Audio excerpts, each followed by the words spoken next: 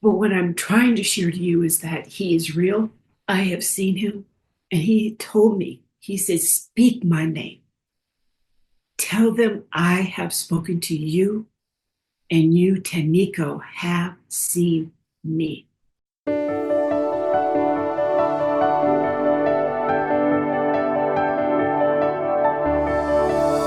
Welcome to this episode of Revelations from Heaven. My name is Randy Kay. My guest today, Tamiko Powell. She suffered from a devastating motorcycle accident, and the clinicians around her at the hospital said as a result she would be a vegetable, paralyzed for the rest of her life. But she had an encounter with God.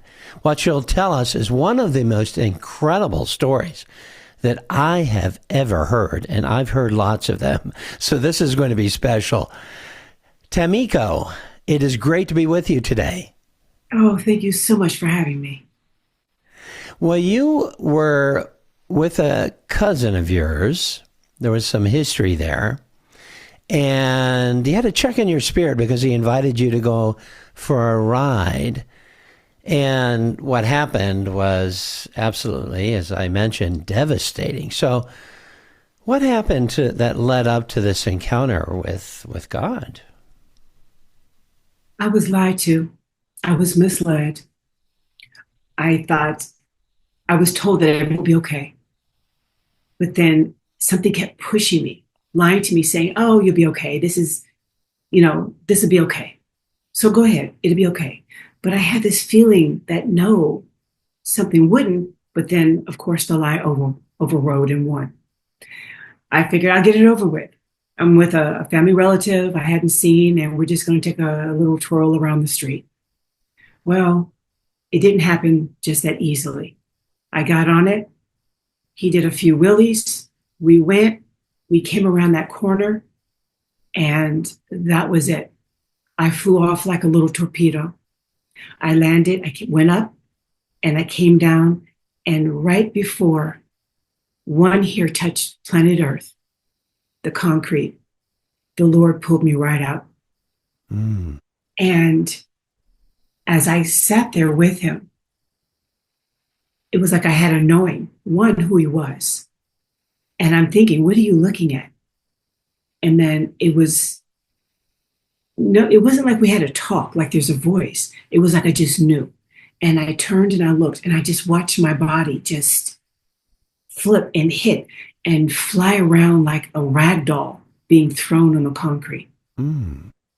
And the bike came and the handlebar smashed me in my chest. So I have a dip in my chest.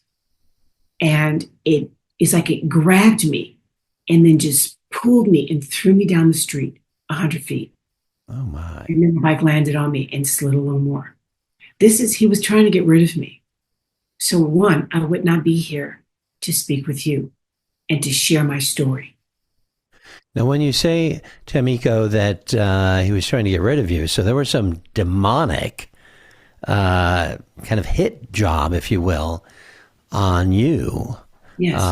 And you had that check in your spirit, as we mentioned, when you, and going on this motorcycle ride, but you didn't listen to that voice, went on this ride, and these enemies of God Almighty were trying to take you out. That devil will do anything to get rid of believers of the Almighty. Mm-hmm. It will go to any extent. But as the Lord told me, he said I was chosen before I was born. Mm. So the Lord, God, the Almighty, he is so real. Like the air you breathe.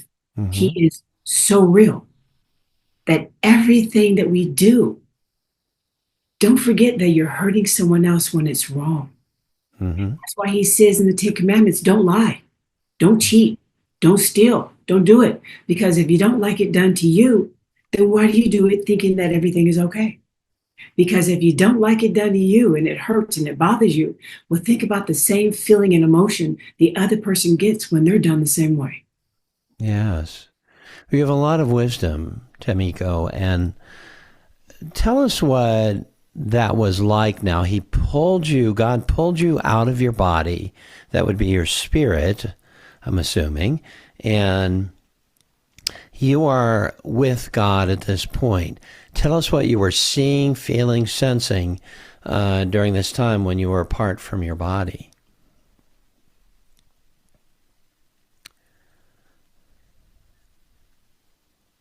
When I was there, what you don't feel is what you feel when you're outside and you say, "Ooh, I'm cold," or "I'm hot."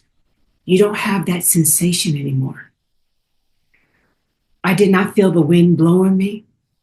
I didn't feel the weather. It was like none of that existed anymore. And I had no I had no idea who that body was.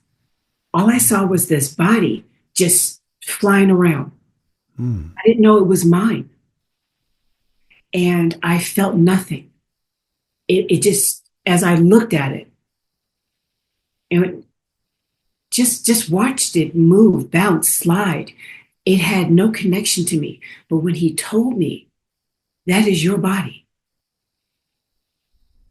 I just, it was a different look at it. You know how you go, oh, Wow. it just, it was a feeling that I really can't seem to put into words, but you don't, or should I say, I had no feeling of any of what we feel drinking that coffee or getting in a cold shower, waiting for the heat to turn on, feeling the heat, the sweat, just any of a body sensation gone. Mm. None of that. So it was an experience. But one thing I know that I did feel was safety. I Mm. was with him and I said, I don't want to go back. I don't want to go back. And then I moved over and I saw the ambulance pulling up and the two the two techs went over to me and they were trying to find a pulse. And I kept saying, leave it alone. Just leave it alone. And then the next thing I know, they lifted me up and I remember the what do you call that when they put the body on the The gurney. yeah, the gurney, and it popped up and I stood back, but not really stood back on my own feet. It's like I was a ball. It was like I was a glow, just I don't know what to call it, but I watched as I hovered around and I saw them put me on the ambulance. And then the next thing I know, I saw them open the doors at the emergency room opened up. You know, like emergency is like a button is pushed and the doors just swing open. Yes. And they pulled the gurney out. But as they pulled the gurney out, I was watching everybody there. And I saw the blood coming out of my ears. And the doctors and the nurses and everybody was running around. And I said, I want to go back. I don't Mm. want to go back. And that was the beginning of the argument, or should I say debate, or what have you, that I was having with Father. Mm. I didn't, I was, the body to me was done. Mm. So you had this communication from the Father God telling you that you would go back, or was it implicit, or did you have that sense, or was there verbal, in other words, or was there an impression that he conveyed to you that you were going to need to return that caused you to express to him that you did not want to return? It is not your time. Mm. He But said that to you. when it finalized, when I woke up, right before then, he says, there is something that I want you to do. It is Mm. not your time. Mm. I did not know he was going to give me all these things that we take for granted. I can walk, I can talk. I'm here with you sharing my story. And I see these scars that are on my body and they don't matter. They're just scars. This body is something that it has been through a lot, should I say. And these scars to me show me that I am a warrior. I can handle it. I can take it on, but I can't do it unless I have him. And he has made that also possible Mm. because to have the possibility that I'm a vegetable, I'm paralyzed because I cracked my head open, broke my neck, bruised my heart, broke my ribs, my pelvic was crushed, my ankles were sprained, and I had scars from my face to my feet. Mm. What he gave back to me, I'm trying to share to everyone. Do not take things for granted. You can walk, walk. You can run, run. Don't take it for granted. Don't be lazy. That's considered sloth. Mm-hmm. Take these things that he's given us. Take it, because if it's ever taken from you, what are you going to do without it? Have you ever heard that old saying, you don't miss your water until your well has run dry? Yes. Why would you want it to run dry and then you want to scream and holler over, well, I need some? So what do? You go and steal somebody else's? You know, they say the grass is green over there, but you don't know that. You don't know if they're spray painting that grass to make it look green. You don't know what's going on under that hood of their house. Mm-hmm. You need to pay attention to what's on your plate. Mm-hmm. And Yeah. I tell Yeah. you, it's not easy. It's not easy. No. But with him, one day at a time. Now, did you have you have a very mature attitude in Christ that obviously came out of your horrific experience? Yes. Did you? I'm assuming that you didn't have this same attitude going into this experience, and there was that transition that occurred to you. Do you think that was because of the devastating injuries to your body once you were returned to your body, or was there some wisdom imparted by the Lord to give you insights that you never had before? The Lord, he gave me Mm-hmm. this. Oh, goodness. In the beginning,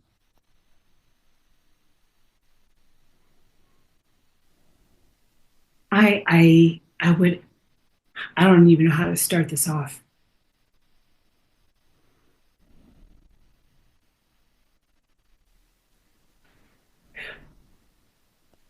In the beginning, I was so abused.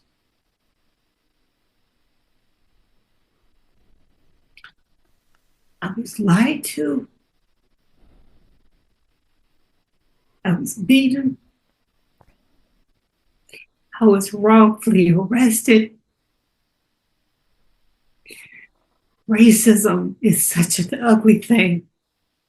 I was accused of bleaching my skin, dyeing my hair, and wearing contacts by a San Francisco police officer.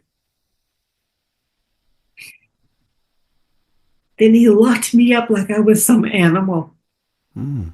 and told me that niggas shouldn't breed because he asked me if I was pregnant. Oh my. I was abused in school, racism. And I'm just going to say straight out because it is the truth. These black girls used to pick on me every day, gum in my seat at school. They would threaten me and tell me they were going to cut my face up and cut all my hair off. Oh my. This was every freaking day at school. Oh. My mother would pull the car over. And the closer I got to the school, the sicker I got to where I would throw up. And I would say, why are you sending me here? Oh. I was in a fight coming home, black eyes, pulling my hair. stealing my items. My mother hopped me from school to school to school, but I did graduate. Here it is. I was assaulted because we went into Motown Records and the guy liked me more and said, we are more looking to put together a girls group. So why don't you just write the music, give it to her and let her sing it?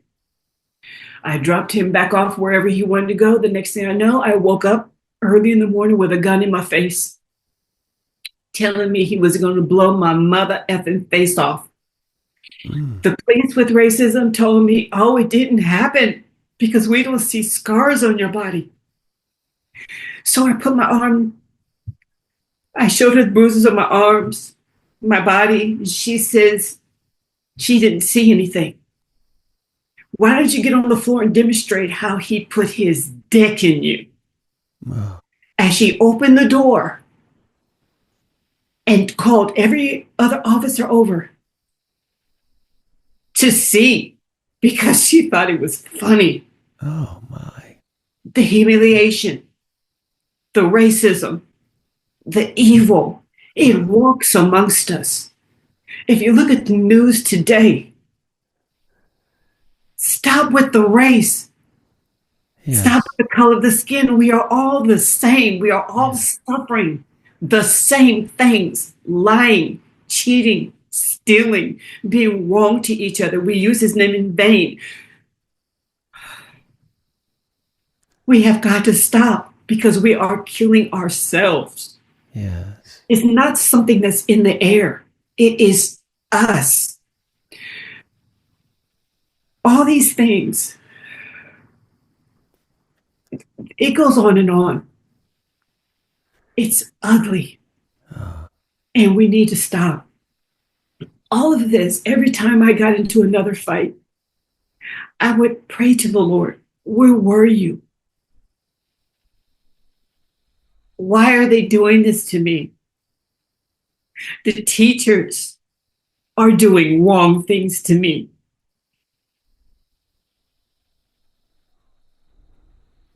I'm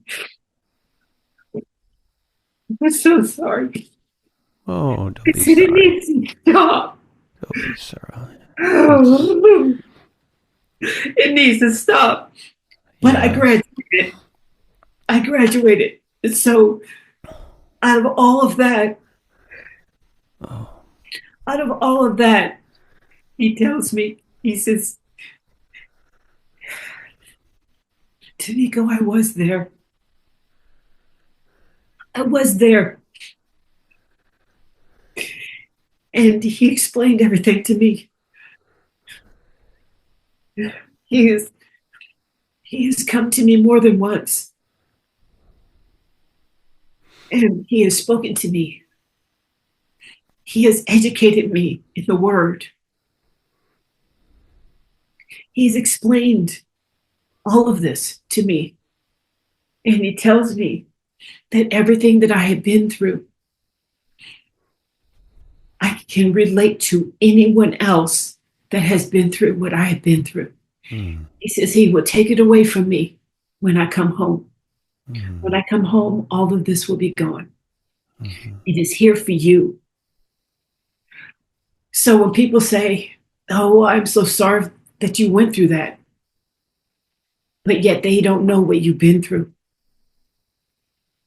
If I say it to you, I know what you've been through. Because I have been there myself.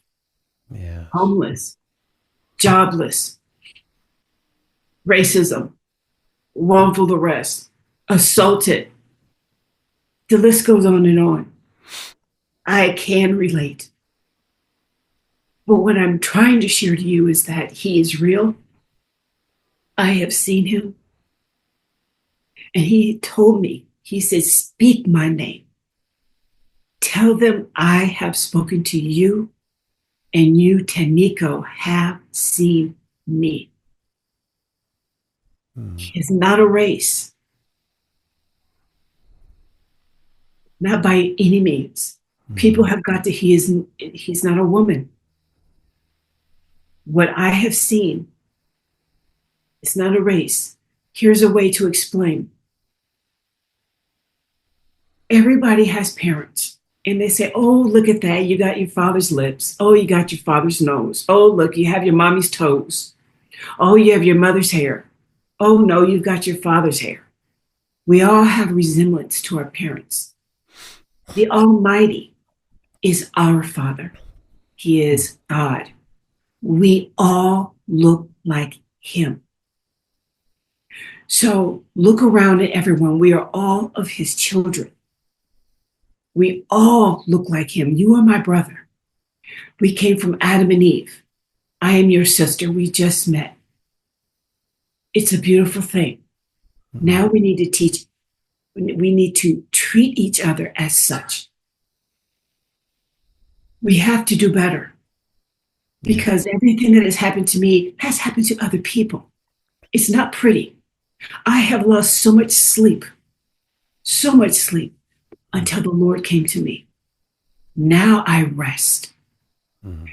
And people have got to understand when you talk behind somebody's back, when you steal from someone, when you lie to someone, when you want to gossip about someone, when you want to be lazy, when you want to have the excuse to drink, do drugs, the Lord does not make mistakes.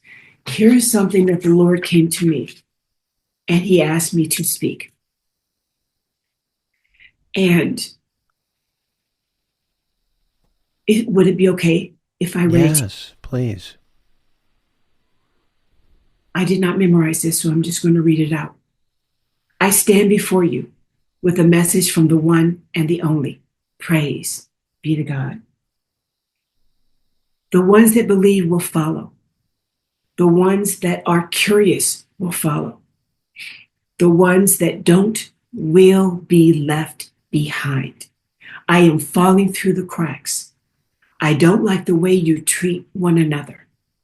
You're selfish and greedy. You will reap what you sow. You run amok. There is a God. I am. Do not use my name in vain. I do not make mistakes. The Lord does not make mistakes. So, as far as pushing women aside and men taking a woman's place, you were born a man, you are a man. A woman, I am a woman. The Lord does not make mistakes. But with all of those things that have happened to me, He spoke to me, taught me the word from the day of my waking up, all the way still to this day today. He speaks to me. He tells me things. And He told me when He came to see me that I was ready to speak. He has guided me, has shown me what to do, where to go, and what to say. Those songs, yes, I did sing them, but as far as I'm concerned, they're all His. They're all His. Tamiko, I had gone through abuse when I was young, and we lived next to, we were in, well, my parents didn't have much money. My father was World War II, came back, and anyway, long story short, we lived next door to Camden, where and some of the young people, teens, would come in from Camden and they'd want to pick a fight or whatever. And my friend, I wasn't there one day, I think I was sick, and they took my friend who was from the South. He had a Southern accent, so they made an assumption that he was, racist, I guess, and they just slammed his head into a tree. And they had just moved in. He was my only friend, really.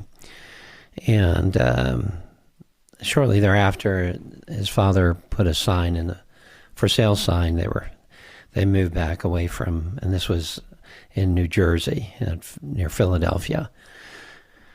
And that never, humankind's inhumanity toward one another has never left me as it has never left you. That you can speak with a voice of a clarion call. God doesn't see us that way. God isn't that way. In heaven, it is not that way at all. In fact, it's such a non-thing. It's like looking at somebody different colored eyes. It's so what? It's, as you said, we're made in the image of God, and therefore our appearance is reflective of God.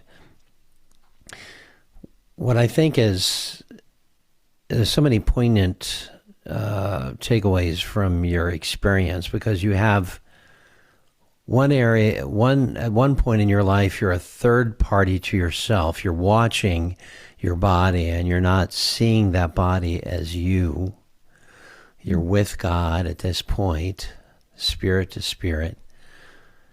And oftentimes when I've interviewed people, the Lord, I'm praying beforehand, and I felt the Lord saying, and I was praying before this interview, that the Lord had a message, and I didn't know what that was. The Lord had a message through this story, and now I better understand what He meant. That it wasn't just I'll call it an afterlife, because you were you were I would assume, I've been in the clinical realm and heart surgery. I assume your heart had stopped at some point during that horrific accident. But He brought you through this experience, having gone through the horrors in the physical world, to a point of meeting Him essentially face to face, so that He could bring you back for a message. And it's almost as though He used your experience to give you a forum through which to share a very, very timely message today. He's given you this, and obviously from not just this interview, but you've had music, you've sung, you've produced videos, other things. We'll get to how people can contact you, and you wrote a wonderful book. Before we go any further on that, tell us where we can find your book and the title and so forth. And I've read your book, and it's absolutely incredible. Oh, thank you. Thank you. You can find my book at Barnes & Noble and Amazon.com. Okay. Tell us the title, because I don't want to. I read it, in the Kindle version where I speed read, and where I can assimilate things better. But tell us that, and then it's on Amazon, and then we'll get to your contact information as well. The Word, There Is No Other Way. It's at Barnes & Noble and Amazon.com. I normally speak out that I wanted you to say it, as I felt that you have a beautiful way of saying it, the word, because we people don't know this. Before the interview, I was fretting about mispronouncing Tamiko's name. It's a beautiful name, but one that is unique, and so your enunciation is so poetic in its own right. You speak French, and it comes across in a very just a little, not a lot. Okay. I'm still working. I speak a little too, so less than you, I'm sure. Okay, well, so kind of tying this together in terms of this horrendous experience growing up. You'd think maybe you would get a break, and be safe from all that. But then the question that oftentimes arises from something where you have this horrible accident, you're expected to be a vegetable or paralyzed for the rest of your life. You're expressing to God, I don't want to go back there, because I'm going to have to deal I'm going to be a vegetable or paralyzed or whatever, because you're hearing that, when you're outside of your body, what the clinicians are speaking. And how did that return happen back to your body? And then did the horrors of being paralyzed or a vegetable, how did that bear out once you returned? Oh, the whole time I was in and out of my body. I was, I just say it, to find the right words, but here it is, speaking like a child.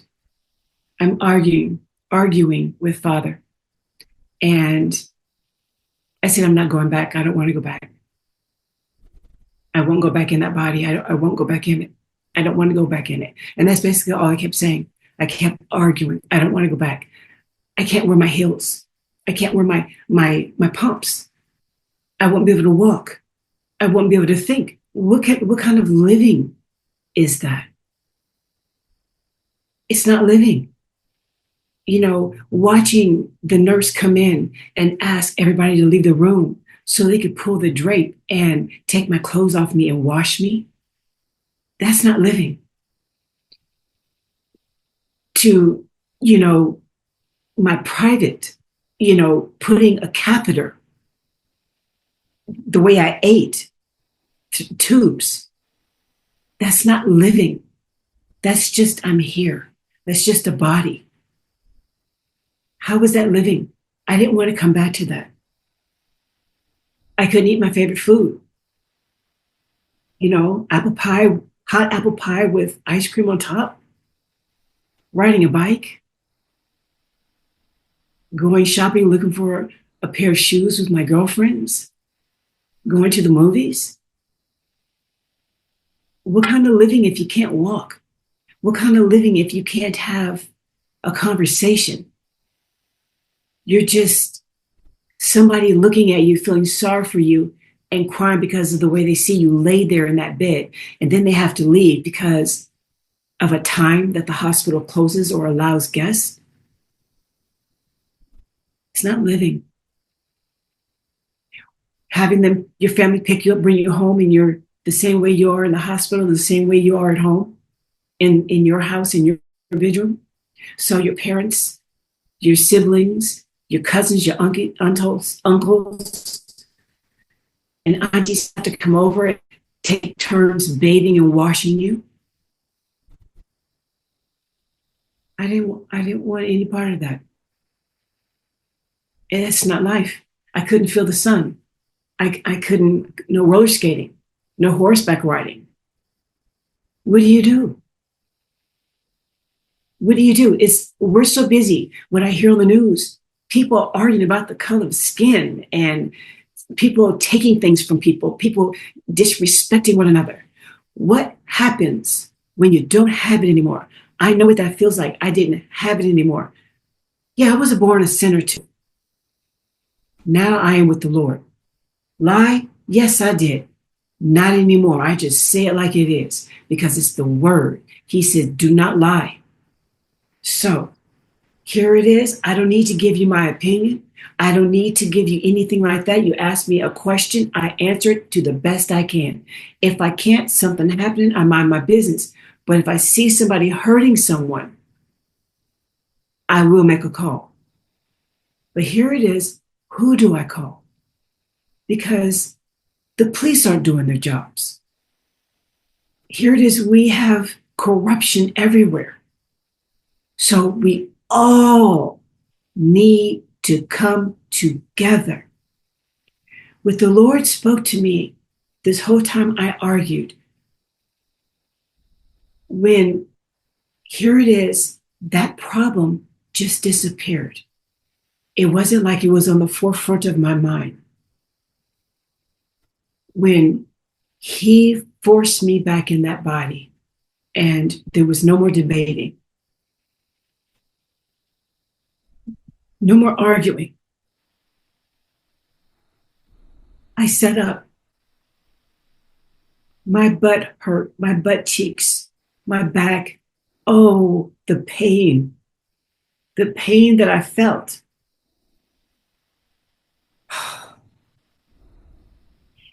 But I sat up, which means I was not paralyzed. That is the beauty. I look back now in my life and it makes so much sense. But when you look forward, it's just a bunch of mess. It's what's next? How do I fix this? How do I fix this? How do I fix this? But what he has given me, he's given me so many answers. And he told me, he said, Tamiko, I was there. I was. So even though all those nasty and bad things happened to me, I look at what I have now and I cannot complain. The scars on my face, he got rid of that. My hair was falling out. All the medication they had me on, I looked like a junkie. I was skinny. What? Almost 80 pounds. I looked sick. I would go out with my family and people would treat me and pull their kids away from me saying, oh, she's a drug addict. You don't know what I've been through. How is it you want to throw that on me? And you don't even know what I've been through. Maybe if you would have opened your mouth and says, oh, did something happen? But don't just look at me and judge me. People have no idea. They're so busy wanting to throw something of their opinion of what they think, what they believe. But you don't know until you walked in my shoes.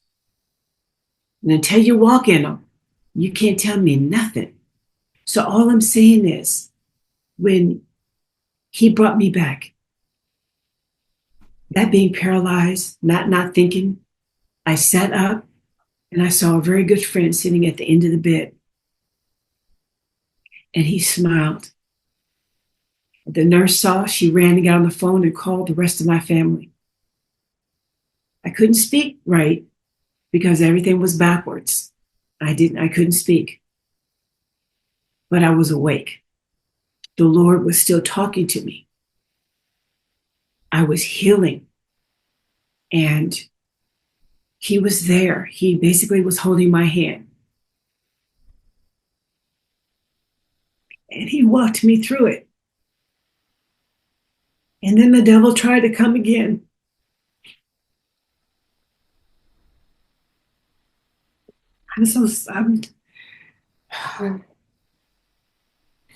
That devil is so real. It is not Halloween. We've made this month of Halloween a devil and wear costumes. He is so real. He is so evil. As I woke up and I went on having my hearing checked because I had blood coming out of both ears. My hearing was not good and they had to clean my ears to see if I would be able to hear. Here it is. I was felt on by a doctor. He rubbed his personals up and down my arm. I tried to speak out, but everybody kept saying, oh, she's crazy. She doesn't know what she's talking about. Oh, she just woke up from, a coma. She's still out of her mind. And I'm trying to speak, even though I spoke backwards, nothing came out right. I'm telling you what's being done to me. And you just don't want to listen. So here it is. Another girl comes in and she wants to steal my items. So I tell about her. I don't get my things back. It's the things that people do. It's just, I don't know why people can just be so ugly, so cruel, and take advantage of somebody who is sick. Well, it sounds like the demons, the spirits of darkness, Bible talks about powers, principalities, that they just wouldn't let you go. and they No. would influence whoever they could to do things which were very aberrant, vile, and the enemy just wanted to, pick on you because he somehow felt that you would maybe give in or maybe, curse God, like Job's wife, why don't you just curse God and die sort of thing. Well, And you didn't. You didn't. I I didn't. mean, you And hung on to God. that is exactly what I was told, that out of these things, and here's the last one that came, was I fell in that hospital when I should not have been walking. The nurse gave me crutches when I should have been wheeled out of the hospital in a wheelchair. By law, they're supposed to wheel you out. The nurse gave me crutches. The maintenance man was mopping the floor. I came out and I fell on that floor. My body twisted like a candy cane, and they did not reset me. Hmm. My doctor, Kuswani, I tell you, is the best doctor.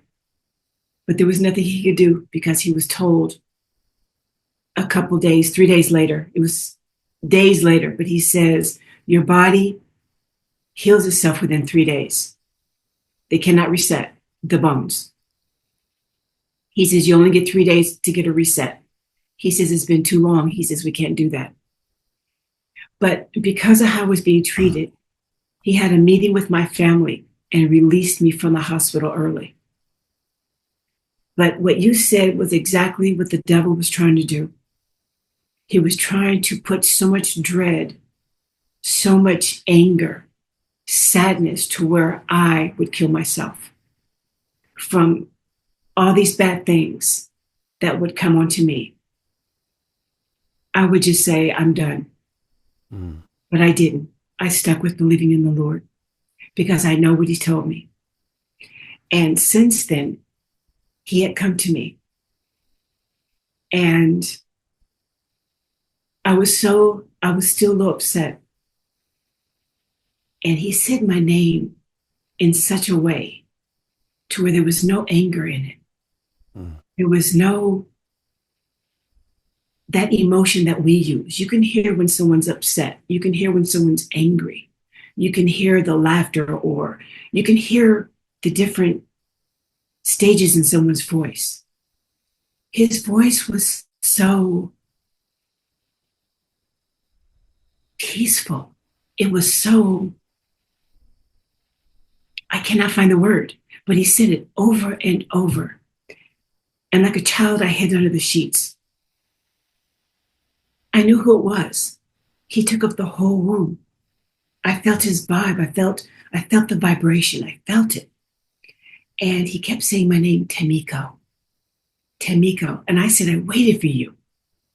Where were you? Hmm. And he said my name again, Tamiko.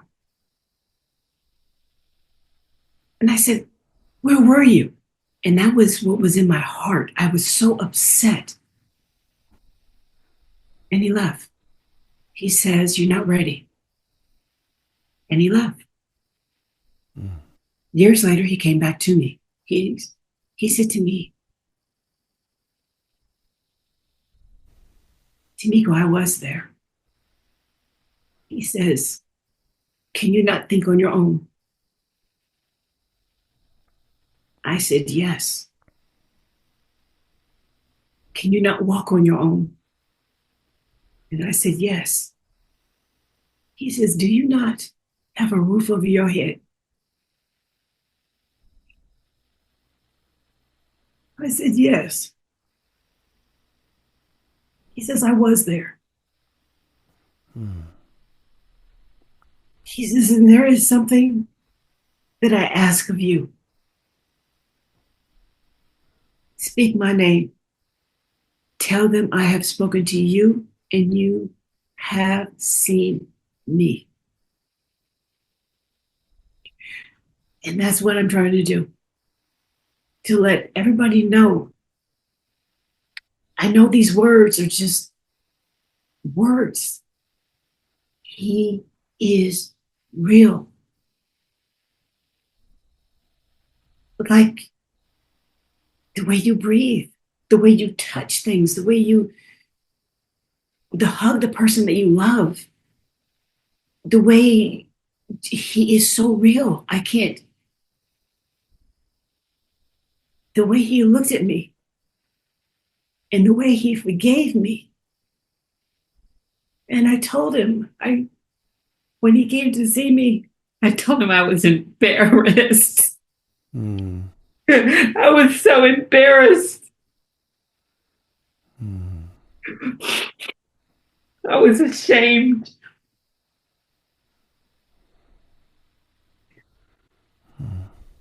of all the things that I had done. I was so ashamed because I was ugly.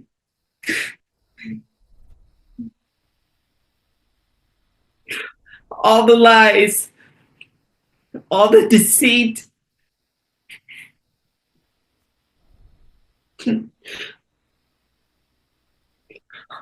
all the things that I had done that were wrong. And I told him, I said, "You do not know what I have done." And he said to me, "Tamiko, I know everything from beginning to end." He told me that he forgave me. And it was a feeling. My tears turned into joy. I cannot describe. He forgave me. Oh my gosh, he forgave me of all my ugly.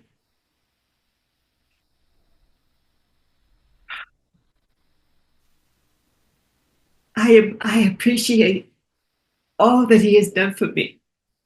And that was where the song, My Appreciation, came from. Because I have so much to be thankful for. So much. Nothing else matters. I have to live up to the sin that we are all born with. We all have to work. We all grow old. We all live and then die. It's just life. But I wanted to him and appreciate everything he has done for me. Because when my time comes, I wanted him to take his hat and say, "Welcome." I don't want it to be to where, well, I can explain. What are you going to explain? He saw it all. He knows you're ugly before you even do it. He knew everything. So all I can say is I'm sharing what happened to me. And I give him all my appreciation for everything. Mm. And I try my best to live up to the 10 Commandments because it's all written. And it's a muscle you have to work at every day, every moment, every second of that day to not do, to treat someone the way you would. Do unto others as you should have them do unto you. Do not lie. Do not cheat. Father does not make mistakes. Do not try to change and become something that you're not. It's looked down upon. Do not do it. Be the best you can at what you have. We all have the demon on us. Some people drink, some people do drugs, some people starve themselves. You have to work and bring it together. Get help. I'm speaking of myself. I've been through these things. Try, try. Ask him. He listens, he sees it all because of what he's done for me. He's seen it all. He says he was there. And I give him my appreciation. I don't want to go back where I came from. I'm not where I want to be, but I know I can be there as long as I stick with him. Mm-hmm. So Mm. I'll never be that person I was before. Wow. Your transformation, the miracles are so apparent, your emotion in expressing all of this, and how you've walked through that valley of darkness and still hold on to the light of Jesus Christ, and how He is your strength, and your sincerity, your rawness, your thankfulness to God. I mean, you're walking today, you're talking, you're hearing, all of those things that you didn't have after the motorcycle accident. God had restored, and yet the scars, the rawness of it all is still there. And I think that's so important for us to grab onto the fact that in this life we do carry scars, that we do carry a brokenness, and the Bible tells us that He's near to the brokenhearted, that He knows what brokenness is about. He knows what it is like to have broken bones and to be rejected, to be abused, to be ridiculed, to be an outcast. He knows all of that. He empathizes with the most horrible conditions. And so He has compassion and patience. And you show that. Tamiko, I've interviewed a lot of people, but how you express the character of God in your own character is very special. It's very special. Sometimes the Lord will speak when I interview someone, will speak out something. I believe that God, He has given you a voice for many that are brokenhearted, but I believe that your voice will carry forth to the outer edges of the earth, that people will be healed as a result of your stripes, your brokenness, and how He has healed you to the point not of just everything being healed on earth, because not everything is healed on earth. We do carry those scars, but many are being healed now and will continue to be healed as a result of what you share in your heart and your wisdom that you express through all of the trials and tribulations. You wrote a poem that you read earlier, and would you be so kind as to recite that poem that you wrote, please? Yes. I thank God to be alive. He promised me to life all the nights I cried. I say it's better to live and let live than to be 2 days from death then die. Please, God, always be by my side. So beautiful. Thank you. If people want to reach you, is there a means by which they can do so? Yes, I would say go to my Instagram. You can Mhm. find me there. Ask me Okay. questions there. Okay. And your Instagram tag is...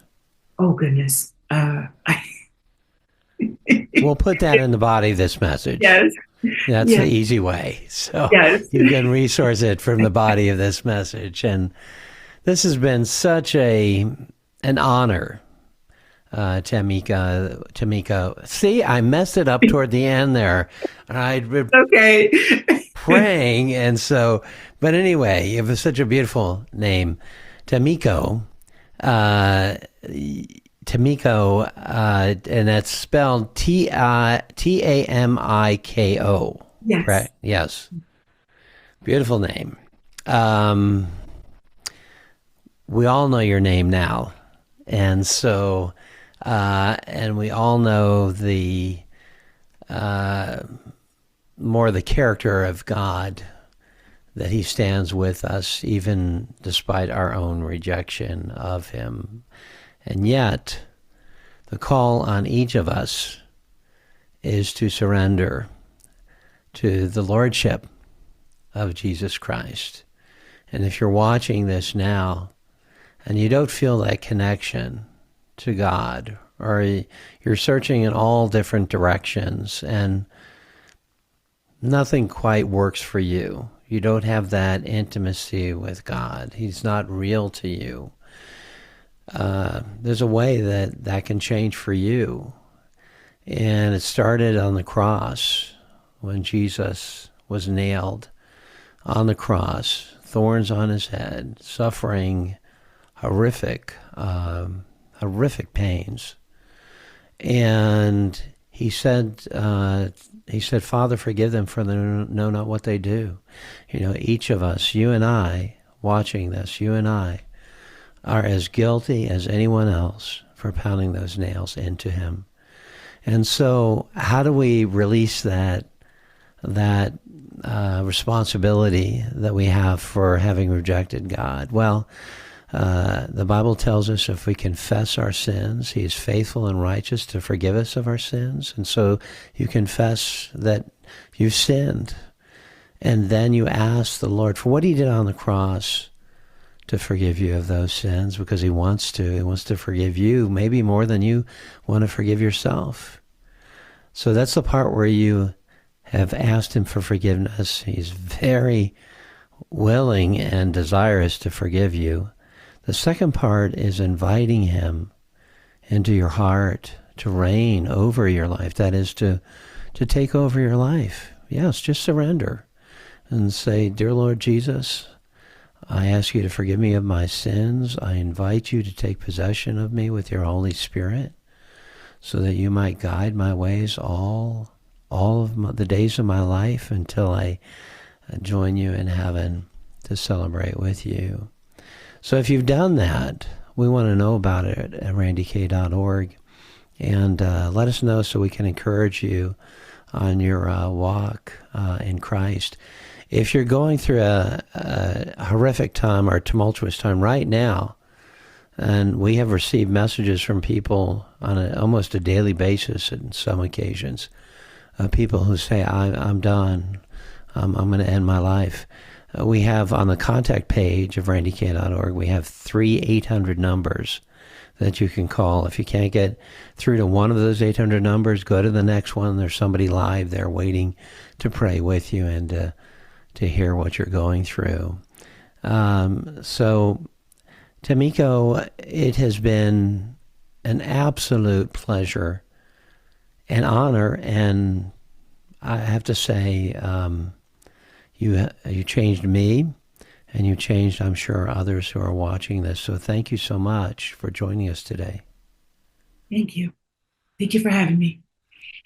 Well, we have some parting news for you. If you are in Christ, you've invited Him to take over your life, take controls. Lord knows we can handle the curves of life. But if you've done that, and He is Lord of your life, then be of good cheer, because heaven is in your future. Take care, and God bless. Thanks for listening. Please like and subscribe. And if you'd like further information, go to our website at randyk.org, where our mission is simple: to share the great news of God's love.